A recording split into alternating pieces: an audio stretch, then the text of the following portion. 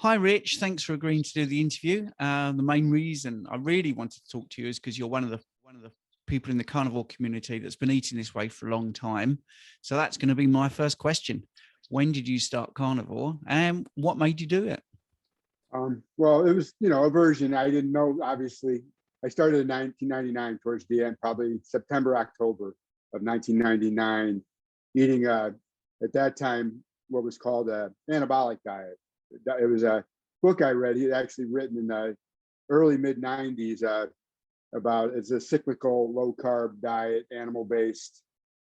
With it wasn't a bunch of keto crap or any of that kind of stuff. It was whole food based, maybe a little bit of supplements, but not too much with cycling in carbs, because obviously the word carnivore diet is relatively new. I believe Dr. Baker is the one who coined that phrase. Yep. Or whatever, but zero carb, whatever, low carb.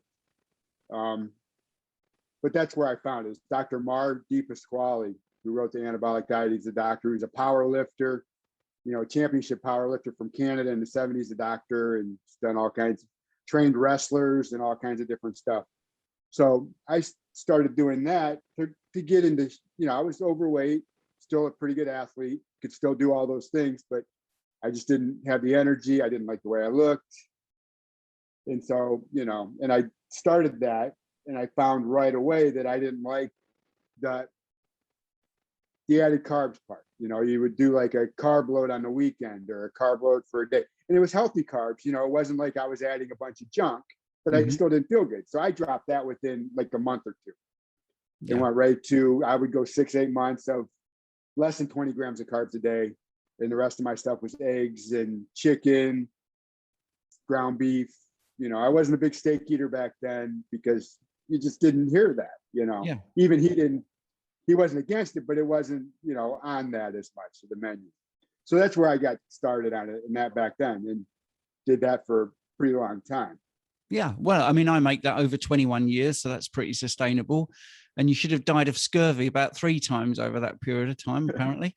And I'm the same as you. I mean, I was a bodybuilder in my 20s, and I didn't eat a lot of steak then. And, so you seeing it in the 1990s and going for it was, pretty amazing, actually. But it has been around for a long time, and eating meat has been around for a long time.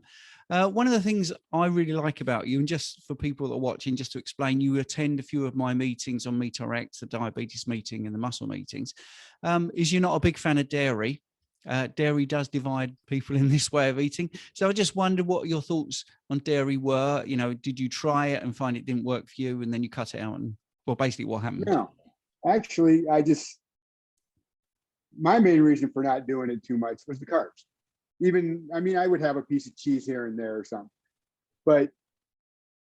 and I don't have, it doesn't cause me any discomfort, but I don't see where, I have a problem with the term tolerating foods. Yes. Yeah. I can tolerate ice cream, but it's not optimal. It doesn't, and as older I get, the less I'm against stuff that, doesn't make me feel as optimal as possible. But my biggest issue with a lot of people with the dairy, and it's not that I don't have it, I've had issue with it. I just hear people having problems with weight loss or carb addiction or, even the mental health stuff. It seems like it's a trigger. Yes. That's where one issue is. It's a trigger in carbs that keeps you snacking. Another thing is most of the population is lactose intolerant. Yes. So they're having issues. Those people are having issues. I've heard people talk about, even vegetarians and vegans where, well, I had all the power lifter guy on Game of, the whatever, who's, he talked about how his stomach always bothered him from the dairy. Well, he was lactose intolerant, obviously. So of course he felt better once he got rid of dairy. It wasn't because he became vegan. It was because he got rid of the dairy in his diet. But plus, with the carnivore way of eating, we talk about eating to satiety. Mm-hmm. And I think that's a great way to start. Well, you can eat that piece of steak and you're going to eat that piece of steak and be satiated. If you add a chunk of cheese or as amount of cheese as you want, you can keep eating that cheese. Yes. You're not going to get satiated, or dairy, or, any kind of dairy, or yogurt. Plus everybody, I'm not against caffeine. It may cause certain people issues, other people it does. I'm not against coffee either. I am against drinking calories. Yes. Yeah, I So get people that. think they're losing weight because they gave up coffee. No, they're giving up what they were putting in that coffee, which is usually cream or milk or, some other kind of calorie. Yeah, absolutely. I mean, I've said that a few times. I didn't realize I was lactose intolerant. I used to be a Starbucks cappuccino sort of guy, and just thought a couple of hours afterwards, I feel a bit queasy, but that's probably just normal. I've probably eaten too much. And then I cut the dairy, and wow, it all just completely went. So yeah, I'm absolutely with you on that one. So you've been doing it for a long time. I'm assuming your tastes in food have changed. I just wondered, what did you used to eat, and now what do you eat? I get the feeling it's steak.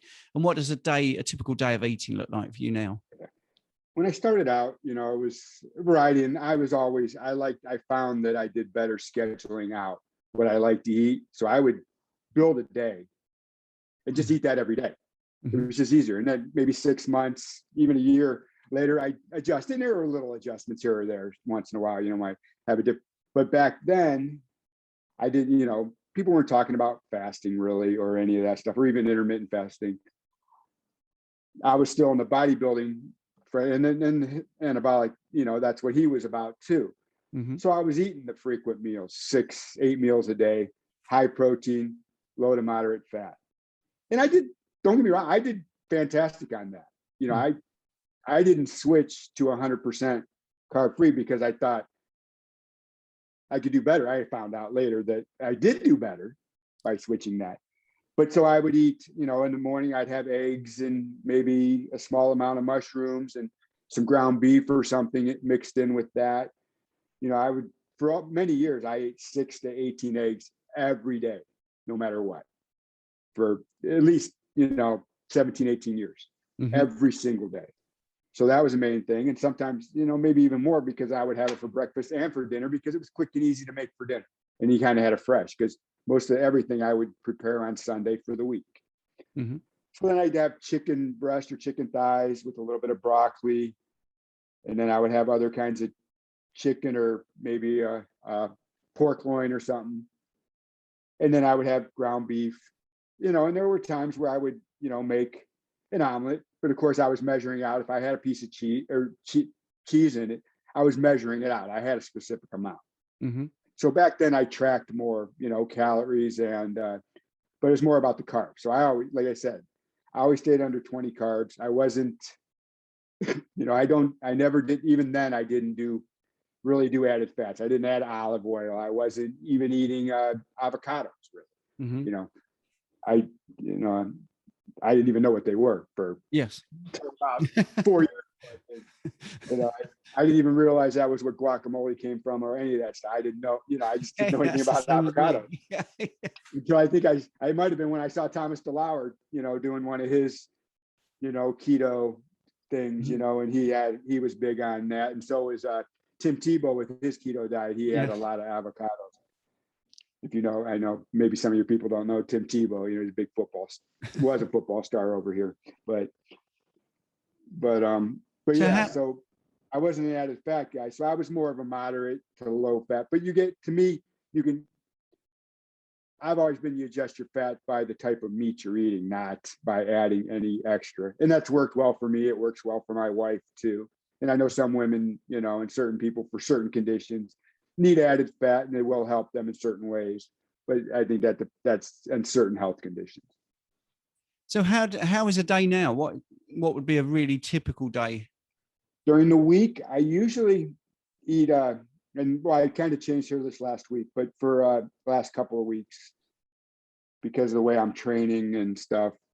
But usually I would, for the last few years, it's more like at noon, around noon, 1 o'clock, I'll have a couple of New York strip steaks, probably about 2 pounds. They're usually about a pound each, steaks.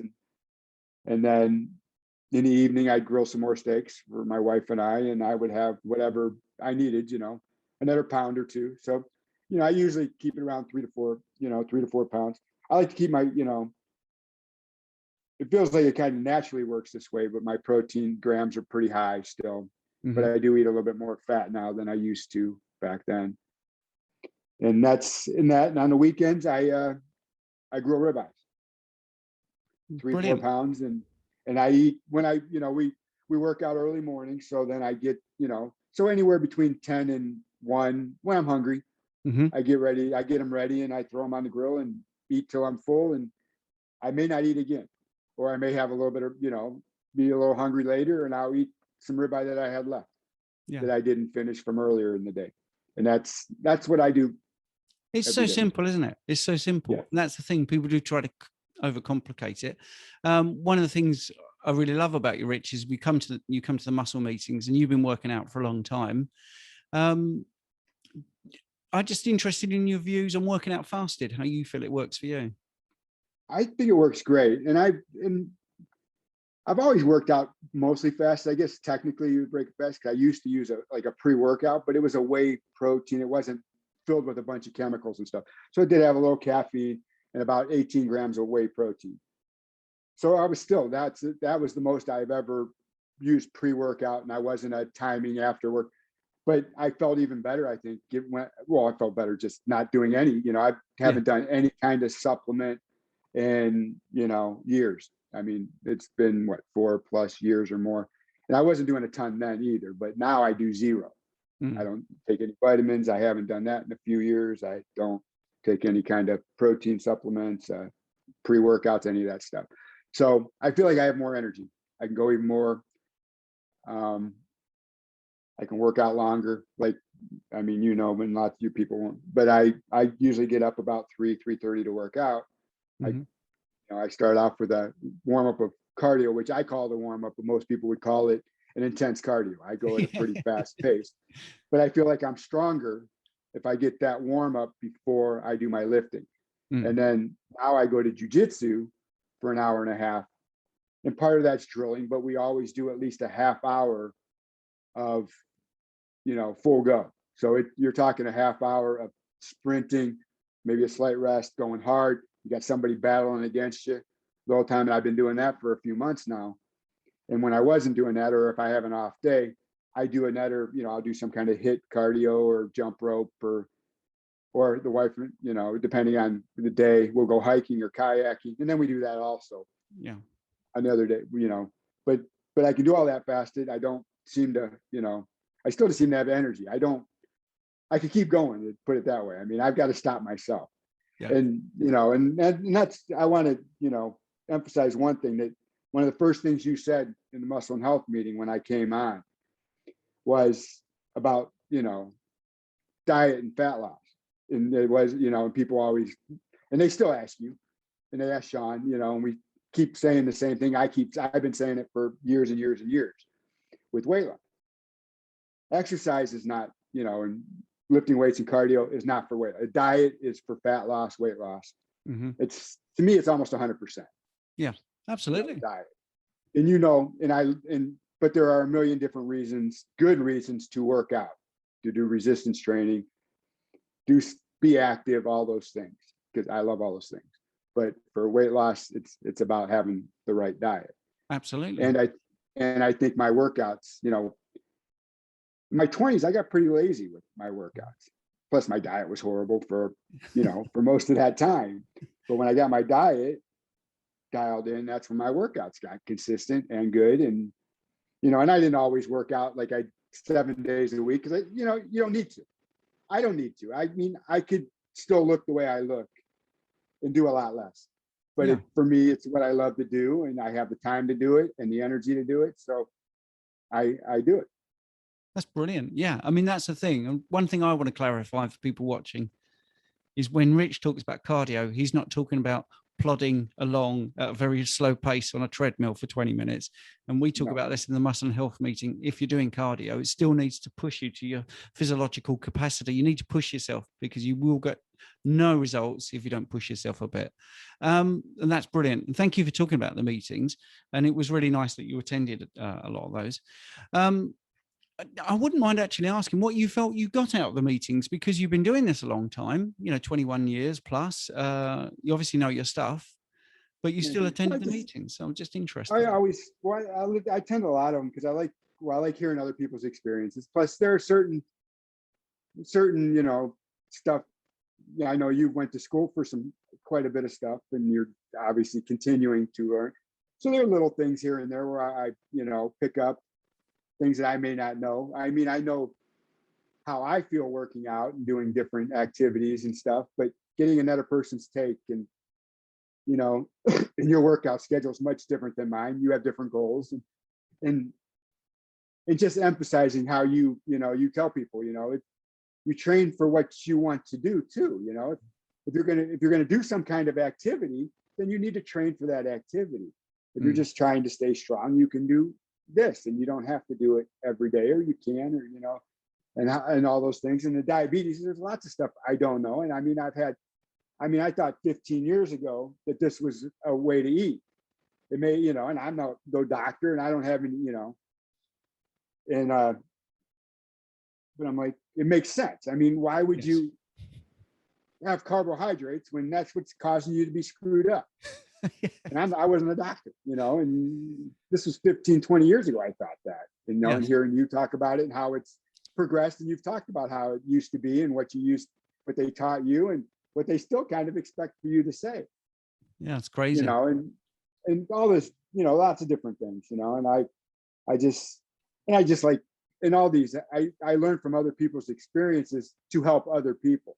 I don't have time, just like, how time consuming it can be to be a coach, and I was going to do it.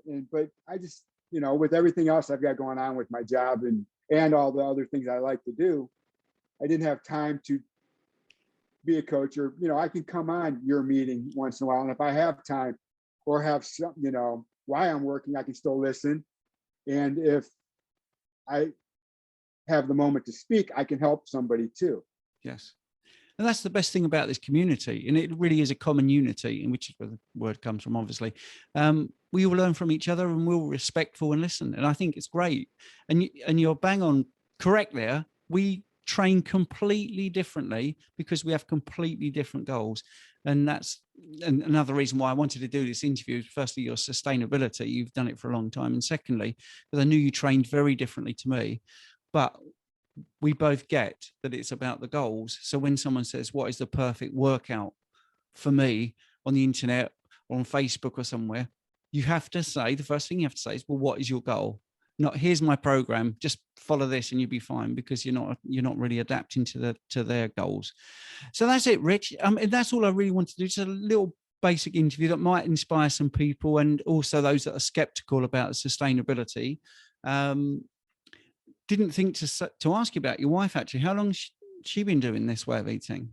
About, it'll be a little over 2 years. And she was a heavy, she had meat with every meal too.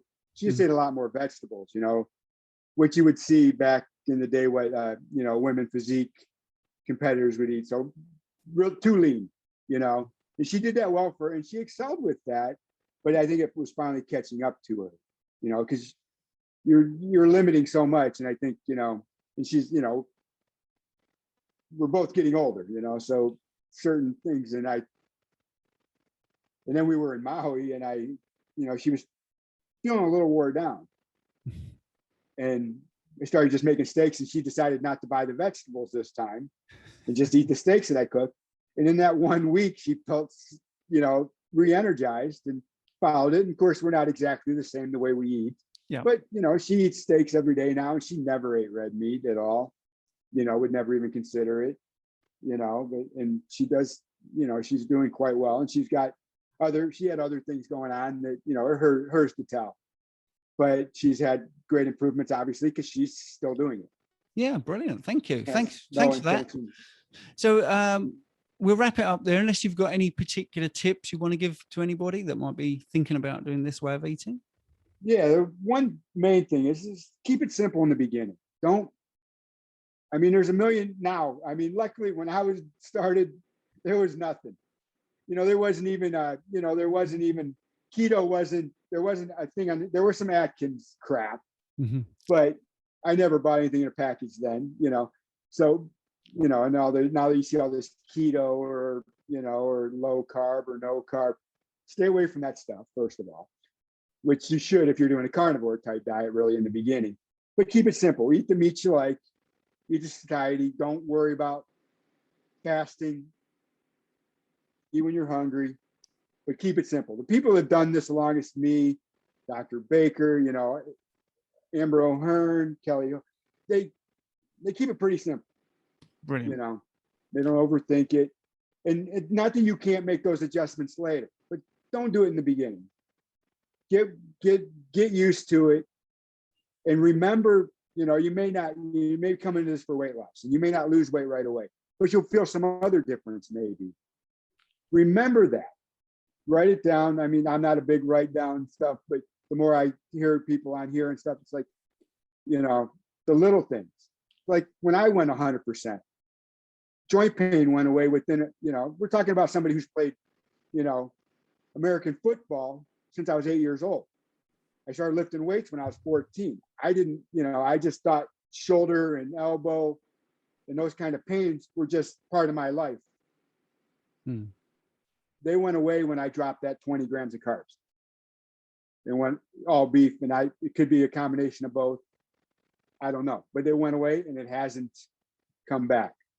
You know, and there are a few other different, you know, that's the one thing I say is don't be afraid to go 100%. See, can you do really well a little less? Maybe, but it depends on your health too. I was a pretty healthy person going in.